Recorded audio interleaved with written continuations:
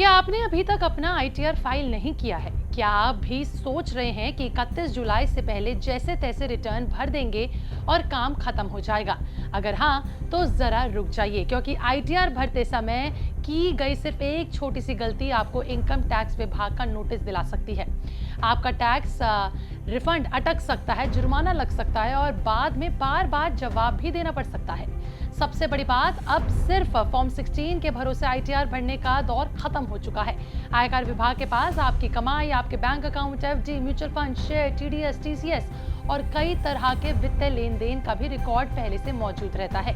तो अगर आप भी इस साल बिना किसी परेशानी के अपना आईटीआर फाइल करना चाहते हैं, तो आज के इस वीडियो में हम आपको बताएंगे आईटीआर फाइल साल 2026 की वो 10 सबसे बड़ी गलतियां जिससे आपको हर हाल में बचना चाहिए। चलिए शुरुआत करते हैं। मैं आपके साथ तनीषा, आप देख रहे हैं विस्तक। और सबसे पहले समझिए कि 31 जुलाई की डेडलाइन क्यों इतनी अहम है। देखिए, हर साल बड़ी संख्या में लोग आखिरी में 2-3 दिन में ही आईटीआर फाइल करते हैं। जल्दबाजी में कई बार गलत जानकारी भर देते हैं, गलत फॉर्म चुन लेते हैं या फिर ई वेरिफिकेशन करना भी भूल जाते हैं।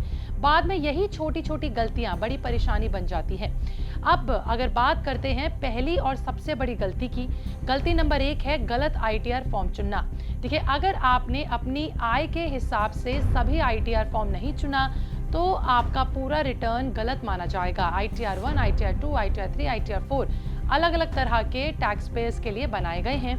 इसीलिए सबसे पहले ये समझना जरूरी है कि आपकी आय किस कैटेगरी में आती है। गलती नंबर 2 है टैक्स रिजीम जल्दबाजी में चुन लेना। आज भी कई लोग सोशल मीडिया फिर दोस्तों की सलाह पर ओल्ड टैक्स रिजीम या फिर न्यू टैक्स रिजीम चुन लेते हैं।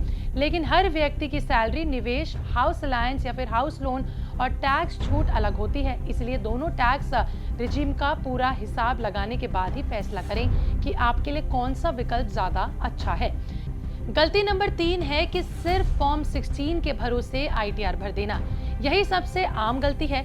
अगर आपकी बैंक एफडी से ब्याज आया है, सेविंग अकाउंट पर इंटरेस्ट मिला है, शेयरों से डिविडेंड आया है, म्यूचुअल फंड बेचा है या किराए से इनकम आई है, तो उसे भी आईटीआर में दिखाना जरूरी है। सिर्फ फॉर्म 16 भर देने से आपका काम पूरा नहीं होता।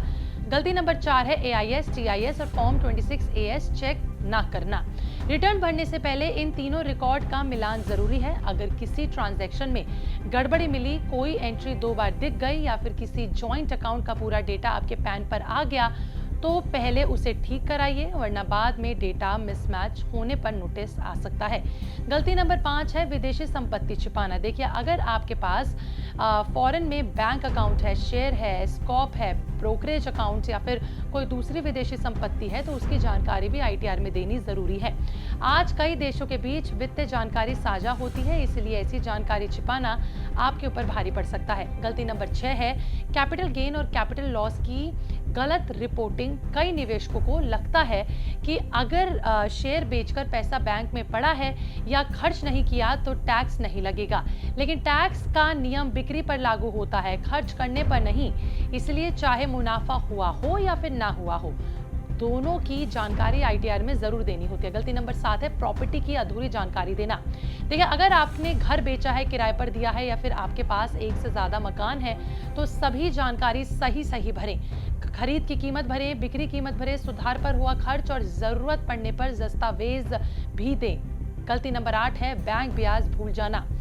सेविंग अकाउंट्स, एफडी, आरडी या फिर इनकम टैक्स रिफंड पर मिलने वाला ब्याज भी टैक्सेबल हो सकता है। अगर वे फॉर्म 16 में नहीं दिख रहा है, तब भी उसे आईटीआर में शामिल करना जरूरी है। गलती नंबर 9 है नौकरी बदलने पर एक कंपनी की सैलरी ही दिखाना। अगर आपने वित्त वर्ष के दौरान नौकरी बदली है, तो पुराने और नए दोनों नियोक्ताओं से मिली आय जोड़कर ही आईटीआर भरें। सिर्फ मौजूदा कंपनी के फॉर्म 16 के आधार पर रिटर्न भरने से आपकी आय अधूरी दिखाई दे सकती है। और सबसे अधूरी लेकिन सबसे बड़ी गलती है गलती नंबर 10, जो है आईटीआर भरने के बाद ई वेरिफिकेशन ना करना। कई लोग रिटर्न फाइल तो कर देते हैं, लेकिन ई वेरिफिकेशन करवाना भूल जाते हैं। याद रखिए, आईटीआर फाइल करना तभी पूरा माना जाता है जब आप तय समय के भीतर अपना जो ई वेरिफिकेशन है वो करें। अगर ऐसा नहीं किया तो आपका दाखिल किया गया रिटर्न अमान्य माना जाता है। तो आखिर में एक बार इन 10 बातों को ध्यान रखिए। सही आईटीआर फॉर्म चुनिए, सही टैक्स रिजीम चुनिए, सिर्फ फॉर्म 16 पर भरोसा मत कीजिए। AIS, TIS और फॉर्म 26 AS जरूर मिलाइए। विदेशी संपत्ति छुपाइए मत। कैपिटल गेन और कैपिटल लॉस दोनों दिखाइए। प्रॉपर्टी की पूरी जानकारी दिखाइए। बैंक ब्याज मत भूलिए। अगर नौकरी बदली है तो दोनों कंपनियों की आय जोड़िए। और सबसे जरूरी, आईटीआर फॉर्म फाइल करने के बाद ई-वेरिफिकेशन जरूर कीजिए। 31 जुलाई की आखिरी तारीख का इंतजार मत कीजिए। समय रहते अपने सभी दस्तावेज चेक करिए, जानकारी का मिलान करें और सही तरीके से आईटीआर फाइल करें। थोड़ी सी सावधानी आपको नोटिस, जुर्माने और रिफंड में होने वाली देरी, इन सभी जैसी बड़ी परेशानियों से बचा सकती है। क्या आपने अभी तक अपना आईटीआर फाइल किया है या आप इनमें से कोई गलती करी है? कमेंट सेक्शन में जरूर बताइएगा। मिलते अगली वीडियो में, बने रहिए पिस्ता के साथ।